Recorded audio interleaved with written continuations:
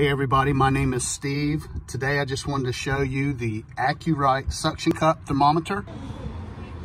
I like these thermometers. I use them at my house and I also use them when I'm hiking and camping. They are great for that. They have a daily minimum and a maximum temp that you can see right there.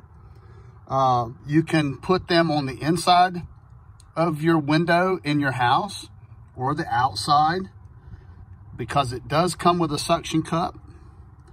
They are easy to mount, and one of my favorite ways to use this is inside my hammock, so I will know what kind of cold temperatures I am dealing with on my camping trips.